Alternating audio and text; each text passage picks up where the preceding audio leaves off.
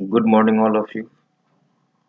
मैं नीरज कुमार जावा का 4th video लेकर आया हूँ। इस वीडियो में हम लोग देखेंगे जावा में रन टाइम इनपुट कैसे लेते हैं। ठीक है, जिस तरह से सी प्रोग्रामिंग में आप रन टाइम इनपुट लेते थे स्कैनफ के through, C plus plus plus में आप इनपुट लेते थे सीन के थ्रू, उसी तरह से जावा में हम लोग रन टाइम वैल्यू कैसे इनपुट लेते हैं। जावा में रन टाइम इनपुट लेने के लिए 4 मेथड्स है। ठीक है, चारों मेथड्स में आप कोई भी मेथड्स अप्लाई कर सकते हैं। ठीक है, तो आइए एक एक करके हम लोग सारे मेथड्स को एक्सप्लेन करेंगे। फर्स्ट मेथड है using data input stream class. हम लोग रन टाइम इनपुट के लिए डेटा इनपुट स्ट्रीम क्लास को यूज करेंगे। दूसरा मेथड है बफर रीडर क्लास के थ्रू यूज करेंगे। थर्ड है स्कैनर क्लास यूज करेंगे। फोर्थ है कंसोल क्लास। ठीक है, ये सब सारा क्लास है जो किसी न किसी पैकेज में होगा। ठीक है, तो आइए, और मैंने पहले भी डिस्कस किया है कि क्लास लिखने का रूल क्या है। जावा में जितने भी प्री डिफाइंड क्लास हैं उसका फर्स्ट कैरेक्टर कैपिटल होता है और सब्सिक्वेंट वर्ड का भी फर्स्ट कैरेक्टर कैपिटल होता है। सब्सिक्वेंट वर्ड कहने का मतलब क्रमागत वर्ड। आप देख रहे हैं कि यहाँ लगातार 3 वर्ड है डेटा इनपुट स्ट्रीम, हर वर्ड का फर्स्ट कैरेक्टर कैपिटल होगा। ये रूल कभी भी चेंज नहीं होता है। ठीक है, अगर किसी क्लास जो भी क्लास सिंगल वर्ड का है तो उसका फर्स्ट कैरेक्टर कैपिटल होगा। ये हमेशा आपको याद रखना है। सबसे पहले हम लोग देखने जा रहे हैं डेटा इनपुट स्ट्रीम। तो डेटा इनपुट स्ट्रीम क्लास क्या है? डेटा इनपुट स्ट्रीम क्लास के थ्रू हम लोग केवल स्ट्रिंग और कैरेक्टर टाइप का ही वैल्यू इनपुट ले सकते हैं। रन टाइम अगर आप इनपुट लेना चाहते हैं डेटा इनपुट स्ट्रीम क्लास के थ्रू, तो केवल हम लोग कंसोल से स्ट्रिंग और कैरेक्टर टाइप का ही वैल्यू इनपुट ले सकते हैं। अब प्रश्न उठता है कि अगर इंटीजर टाइप का वैल्यू इनपुट लेना है या फ्लोट टाइप का वैल्यू इनपुट लेना है या अदर डेटा टाइप का वैल्यू इनपुट लेना है तो क्या करेंगे? तो जो भी वैल्यू इनपुट होता है स्ट्रिंग टाइप का वैल्यू इनपुट होता है, अगर मुझे ज़रूरत है इंटीजर में या फ्लोट में, तो हम स्ट्रिंग वैल्यू को इंटीजर में कन्वर्ट कर सकते हैं या फ्लोट में कन्वर्ट कर सकते हैं। उसके लिए मेथड्स हैं जो आगे डिस्कस होगा। क्लियर लिखा हुआ है this class is used to input string value from console during run time. This class is available in java.io package. मैंने पहले भी डिस्कस किया था कि जावा में जितने भी क्लास हैं वो किसी न किसी पैकेज में अवेलेबल होता है। तो डेटा इनपुट स्ट्रीम जो क्लास है वो java.io पैकेज में है। जब मैं प्रोग्राम में data input stream class use करूंगा तो आपको java.io पैकेज को इंपोर्ट करना होगा। डेटा इनपुट स्ट्रीम का यहाँ पे हम लोग 2 मेथड यूज करेंगे, एक रीडलाइन मेथड और एक रीड मेथड। रीडलाइन मेथड के थ्रू हम लोग स्ट्रिंग इनपुट लेते हैं। ठीक है, और रीड मेथड के द्वारा हम लोग कैरेक्टर वैल्यू इनपुट लेते हैं। रीड लाइन के थ्रू हम लोग कंसोल से केवल स्ट्रिंग टाइप के वैल्यू को इनपुट ले सकते हैं। लेकिन जावा में कुछ ऐसे मेथड्स होते हैं प्री डिफाइंड जो ऑलरेडी एक्सेप्शन जनरेट करता है। तो रीडलाइन एक ऐसा मेथड है जो ऑलरेडी एक्सेप्शन जनरेट करता है। ठीक है, उस एक्सेप्शन को कहा जाता है चेक्ड एक्सेप्शन, जो आगे हम लोग एक्सेप्शन हैंडलिंग चैप्टर में पढ़ेंगे। तो जब प्रोग्राम में रीडलाइन मेथड यूज होगा तो आपको इस एक्सेप्शन को कंट्रोल करना होगा। रीडलाइन जो एक्सेप्शन को जनरेट करता है उस एक्सेप्शन को कहते हैं IO एक्सेप्शन। बता देना चाहते हैं जितने भी एक्सेप्शंस हैं वो भी क्लास हैं। ठीक है, वो भी किसी न किसी पैकेज में अवेलेबल होता है। 90% एक्सेप्शन जो है वो java.lang पैकेज में अवेलेबल होता है। लेकिन कुछ ऐसे एक्सेप्शंस क्लास होते हैं जो अदर पैकेज में भी अवेलेबल होता है, जैसे IO exception. IO exception lang package में नहीं होता है, ये java.io पैकेज में होता है। IO एक्सेप्शन java.io पैकेज में अवेलेबल होता है।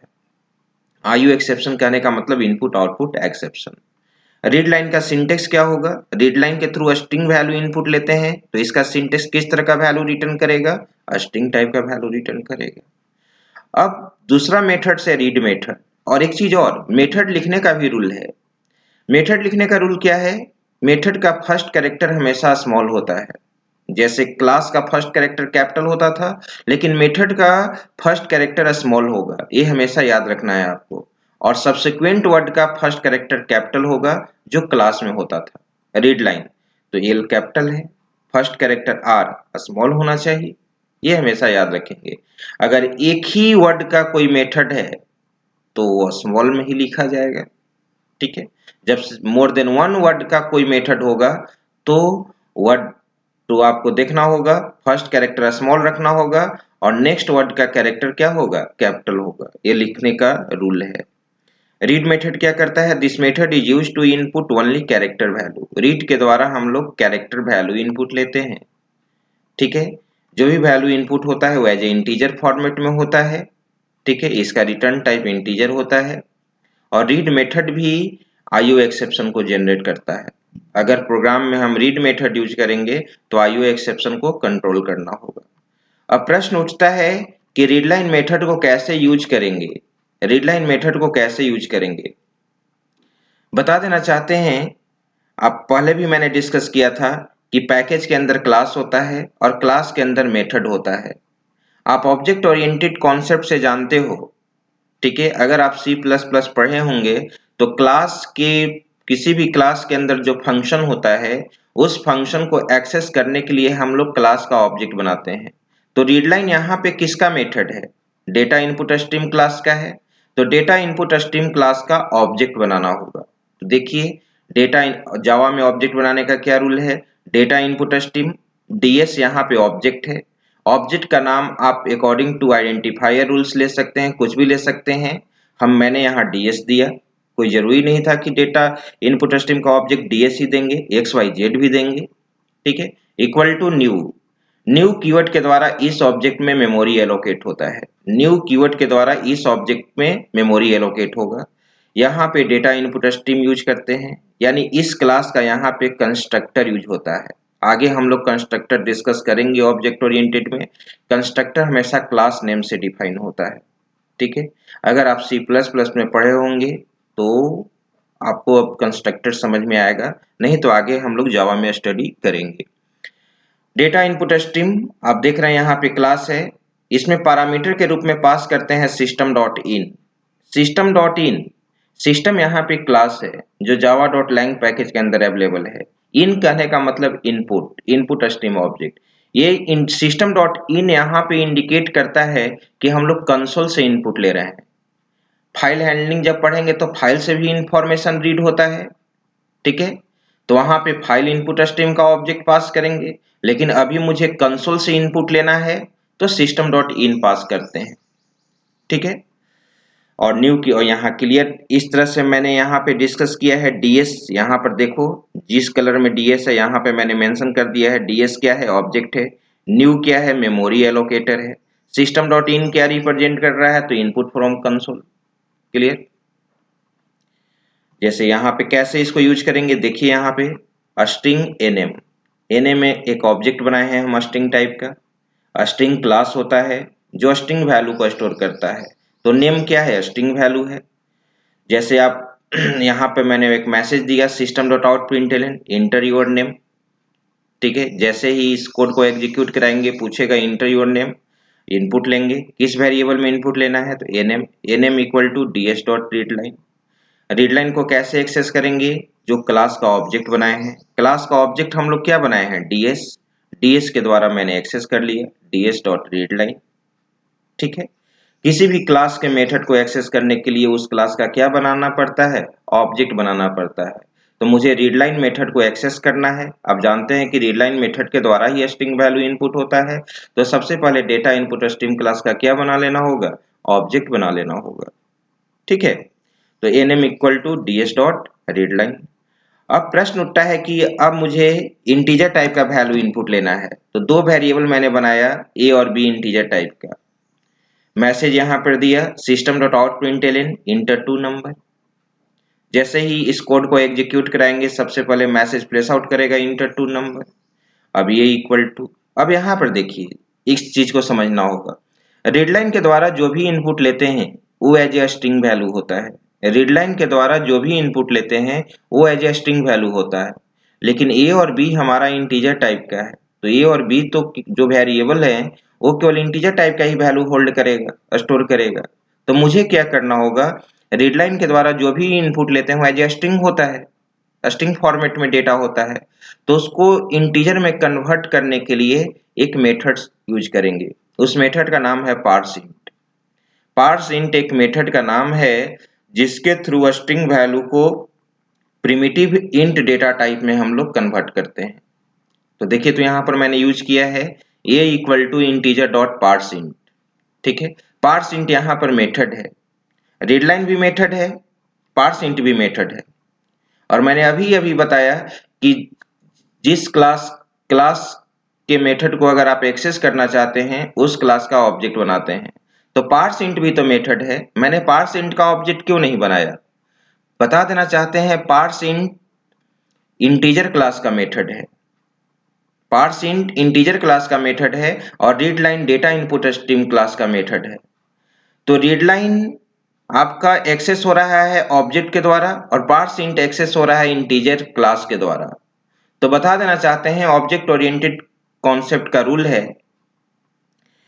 कि जो मेथड स्टैटिक नेचर के होते हैं, ठीक है, वो डायरेक्टली क्लास नेम के द्वारा एक्सेस होता है, और जो नॉन स्टैटिक नेचर का होता है वो ऑब्जेक्ट के द्वारा एक्सेस होता है।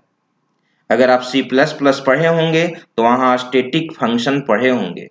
स्टैटिक मेंबर को डायरेक्ट हम लोग क्लास नेम के द्वारा एक्सेस करते हैं, लेकिन जो नॉन स्टैटिक है उसको ऑब्जेक्ट के द्वारा एक्सेस करते हैं। तो पार्सइंट हमारा स्टैटिक नेचर का मेथड है, इसलिए डायरेक्ट क्लास नेम के द्वारा एक्सेस हो रहा है। तो इंटीजर क्लास है, और मैंने बताया था कि जो क्लास है वो किसी न किसी पैकेज में होगा।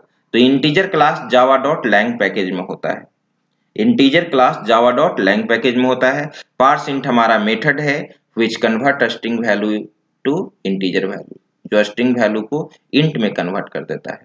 अब रीडलाइन के द्वारा 10 इनपुट लेंगे, तो 10 इंटरनली डबल कोट में है, लेकिन पार्सइंट किस में कन्वर्ट कर देगा, इंट में। अब ये स्टोर कर सकता है। उसी तरह से b equal to integer dot parseInt ds dot readLine. Clear. अगर फ्लोट में कन्वर्ट करना रहता तो फ्लोट डॉट पार्स फ्लोट है, अगर डबल डेटा टाइप में कन्वर्ट करना रहता तो डबल डॉट पार्स डबल है। ये सब रैपर क्लास है जो आगे हम लोग डिस्कस करेंगे। आप जानते ही हैं कि 8 फंडामेंटल डेटा टाइप होता है, आठों फंडामेंटल डेटा टाइप को हम लोग क्लास या ऑब्जेक्ट के रूप में कन्वर्ट कर सकते हैं। ठीक है, अब इस पे कुछ प्रोग्राम्स हैं। देखिए, write a program in Java to input roll number, name, course and fee of a student, after that print all record. Roll number input लेना है, नेम इनपुट लेना है, कोर्स इनपुट लेना है, फी इनपुट लेना है, उसके बाद रिकॉर्ड को प्रिंट कराना है। Write a program in Java to input 3 numbers, 3 numbers input करना है और गेटेस्ट निकालना है। ठीक है, तो ये कोई एक प्रोग्राम यहाँ पे हम लोग नीचे में लिखे होंगे, उसको मैं समझा रहा हूं। ठीक है, चलिए अब आते हैं हम लोग नीचे।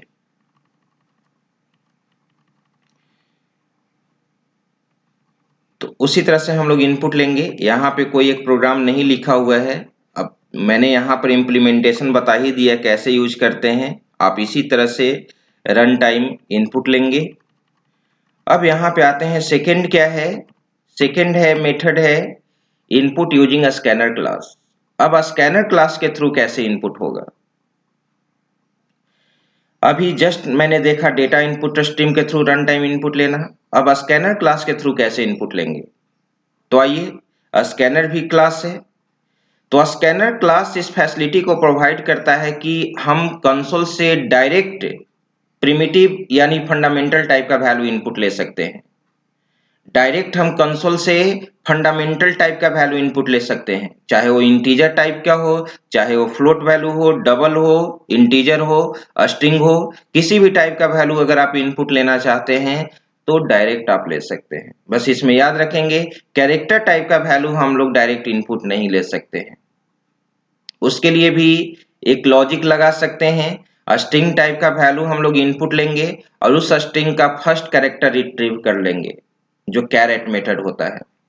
लेकिन कैरेक्टर इनपुट करने के लिए डायरेक्ट कोई स्कैनर क्लास का मेथड नहीं है, बाकी सारे डेटा टाइप के लिए है। इंटीजर टाइप का वैल्यू डायरेक्ट इनपुट ले सकते हैं, फ्लोट टाइप का वैल्यू डायरेक्ट इनपुट ले सकते हैं, डबल टाइप का डायरेक्ट वैल्यू इनपुट ले सकते हैं, बुलियन टाइप का डायरेक्ट वैल्यू इनपुट ले सकते हैं, लेकिन कैरेक्टर टाइप का वैल्यू डायरेक्ट आप इनपुट नहीं ले सकते हैं। जब स्कैनर क्लास है तो ये भी किसी न किसी पैकेज में अवेलेबल होगा, ये java.util पैकेज में अवेलेबल है। ठीक है, आइए इसका मेथड्स है, देखिए ये स्कैनर क्लास का मेथड्स है, लिस्ट आउट किया हुआ है। नेक्स्ट इंट है, नेक्स्ट फ्लोट है, नेक्स्ट डबल है, नेक्स्ट इंट से इंटीजर टाइप का वैल्यू इनपुट होगा, नेक्स्ट फ्लोट से फ्लोट टाइप का वैल्यू इनपुट होगा, नेक्स्ट डबल से डबल टाइप का वैल्यू इनपुट होगा। इस तरह से वैल्यू इनपुट लिया गया है। नेक्स्ट और नेक्स्ट लाइन यहां समझना है, नेक्स्ट से भी स्ट्रिंग वैल्यू इनपुट होता है, नेक्स्ट लाइन से भी स्ट्रिंग वैल्यू इनपुट होता है। दोनों में डिफरेंस क्या है? दोनों में डिफरेंस ये है कि अगर स्ट्रिंग इनपुट लेना है मुझे व्हाइट स्पेस के साथ, मान ली कि फुल नेम इनपुट लेना है नीरज कुमार सिंह, तो हर वर्ड में स्पेस होगा, तो हम नेक्स्ट मेथड के थ्रू इनपुट नहीं ले सकते हैं। नेक्स्ट मेथड के थ्रू एट ए टाइम कोई एक ही सिंगल वर्ड आप इनपुट ले सकते हैं। ये व्हाइट स्पेस को स्किप कर देता है, यानी स्ट्रिंग इनपुट लेते समय स्ट्रिंग में स्पेस आप नहीं दे सकते हैं। और नेक्स्ट लाइन में क्या होता है, ठीक है, जब नेक्स्ट लाइन के द्वारा स्ट्रिंग इनपुट लेंगे तो व्हाइट स्पेस होता है। याद कीजिए सी प्रोग्रामिंग में स्कैनफ के थ्रू जब हम लोग स्ट्रिंग वैल्यू इनपुट लेते हैं तो वो व्हाइट स्पेस को सपोर्ट नहीं करता है। ठीक है, तो फुल नेम अगर इनपुट लेना है तो हम स्कैनफ के थ्रू इनपुट नहीं ले सकते हैं, क्योंकि वो व्हाइट स्पेस को इग्नोर करता है। तो उसके लिए हम लोग सी में गेट एस यूज करते हैं। तो उसी तरह से यहाँ पर नेक्स्ट लाइन और नेक्स्ट होता है। क्लियर? उसी तरह से जावा में ऑब्जेक्ट बनाने का वही रूल है। देखिए यहाँ पे स्कैनर क्लास का एक ऑब्जेक्ट बना हुआ है SC equal to new scanner system dot in. Scanner class का एससी एक ऑब्जेक्ट है, न्यू कीवर्ड के द्वारा इस ऑब्जेक्ट में मेमोरी एलोकेट होगा, स्कैनर सिस्टम डॉट इन। ठीक है, सिस्टम डॉट इन इंडिकेट करता है कि हम लोग कंसोल से इनपुट ले रहे हैं। System dot out dot println enter your name, string NM equal to SC dot next. देखिए मैसेज प्लेस आउट हुआ, इंटर योर नेम, तो नेम इनपुट लेना है तो एसी डॉट नेक्स्ट यूज कर सकते हैं या नेक्स्ट लाइन भी यूज कर सकते हैं। System dot out println enter two numbers, अब दो इंटीजर टाइप का वैल्यू इनपुट लेना होगा तो int A equal to AC dot next int. Integer value को इनपुट लेने के लिए नेक्स्ट इंट यूज करते हैं। अगर फ्लोट टाइप का वैल्यू इनपुट लेना रहता तो हम लोग नेक्स्ट फ्लोट यूज करते। यह स्कैनर क्लास है। तो यहाँ पर देखिए मे भी एक प्रोग्राम बना हुआ है, write a program in Java to input employee ID, name, post and basic salary of employee after that find gross and net salary according to extra allowance on basic salary. मैंने पहले भी बताया था package कैसे import करते हैं, import java.util.star। अभी हम लोग स्कैनर क्लास के थ्रू ये प्रोग्राम को देख रहे हैं, तो स्कैनर क्लास किस पैकेज में होता है? यूटिल पैकेज में होता है। मैंने यूटिल पैकेज को यहाँ पे इंपोर्ट कर लिया। क्लास एम्प्लॉय, ठीक है, ये जावा का मेन मेथड है। स्ट्रिंग ईआईडी इनेम पोस्ट लिखा, ठीक है, employee ID ename post string type का ऑब्जेक्ट हो गया, स्ट्रिंग टाइप के वैल्यू को होल्ड करेगा। इंटीजर टाइप का यहाँ पे वेरिएबल लिए हैं, बीएस है, जीएस है। बीएस कहने का मतलब बेसिक सैलरी, जीएस कहने का मतलब ग्रोस सैलरी, एनएस कहने का मतलब नेट सैलरी, एचआरए है, हाउस रेंट अलाउंस, डीए है, डीएनएस अलाउंस, टीए है, ट्रैवलिंग अलाउंस, एमए है, मेडिकल अलाउंस, पीएफ है, प्रोविडेंट फंड। स्कैनर क्लास का मैंने यहाँ पे ऑब्जेक्ट बनाया, स्कैनर क्लास का ऑब्जेक्ट बना लिए। जैसे ही ये प्रोग्राम एग्जीक्यूट करेगा सबसे पहले कंसोल पे एक मैसेज प्रेस आउट करेगा, enter employee ID, name, post and basic salary. अब हम इनपुट ऑपरेशन परफॉर्म करने जा रहे हैं। E I D equal to AC dot next, E name equal to AC dot next, post equal to AC dot next, B S equal to AC dot next. Input ले लिया ये scanner class के methods के थ्रू। अब वही condition सी का ही concept है, कोई नया कॉन्सेप्ट यहाँ पे नहीं है। मैंने एक कंडीशन दे दिया कि अगर जिस एम्प्लॉय का बेसिक सैलरी 20,000 या 20,000 से ज्यादा हो तो HRA, DA, TA, MA, PF इतना दिया जाएगा। ठीक है, 30% मान लो कि एक्स्ट्रा अलाउंस बेसिक सैलरी पे मिलता है। जिस एम्प्लॉय का सैलरी बेसिक सैलरी 20,000 या 20,000 से ज्यादा है तो उसको एचआरए मिलेगा 30%। DA मिलेगा 90%, TA मिलेगा 30%, MA मिलेगा 10%, PF मिलेगा 10%। ये मैंने कैलकुलेट कर लिया। अदरवाइज फिर यहाँ पर नेक्स्ट यहाँ पे एल्स छूटा हुआ है। Else if BS greater than equal to 10,000, अगर बेसिक सैलरी 10,000 या 10,000 से ऊपर है तो HRA, DA, TA, MA इतना मिलेगा, ठीक है। अदरवाइज 10,000 से भी कम है तो HRA, DA, TA इतना मिलेगा। अब ग्रोस सैलरी कहने का मतलब टोटल सैलरी इसमें ऐड हो जाएगा। ग्रोस सैलरी कहने का मतलब होता है कि आपका ऑर्गेनाइजेशन में टोटल सैलरी कितना बन रहा है। तो basic salary plus HRA plus DA, TA, MA plus PF भी आप ही का अमाउंट होता है, तो यहाँ पे प्लस PF मैंने कर दिया, ठीक है।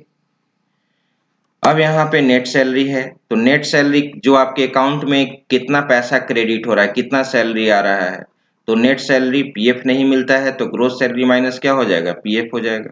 और मैंने इसको क्या कर दिया, प्रिंट करा दिया। तो अब नेक्स्ट वीडियो में हम लोग देखेंगे एक बफर रीडर के थ्रू कैसे इनपुट लेते हैं और एक कंसोल क्लास के थ्रू कैसे इनपुट लेते हैं। तो मैं उम्मीद करता हूं कि ये दोनों मेथड्स जो आपने पढ़ा, डेटा इनपुट स्ट्रीम और स्कैनर क्लास, इसमें प्रॉब्लम नहीं होना चाहिए। अब आप इसमें 2-3 प्रोग्राम पे प्रैक्टिस करेंगे, आपका ये कॉन्सेप्ट क्लियर हो जाएगा। नेक्स्ट वीडियो में हम लोग देखेंगे बफर रीडर के थ्रू कैसे इनपुट लेते हैं और कंसोल क्लास के थ्रू कैसे इनपुट लेते हैं। थैंक्स।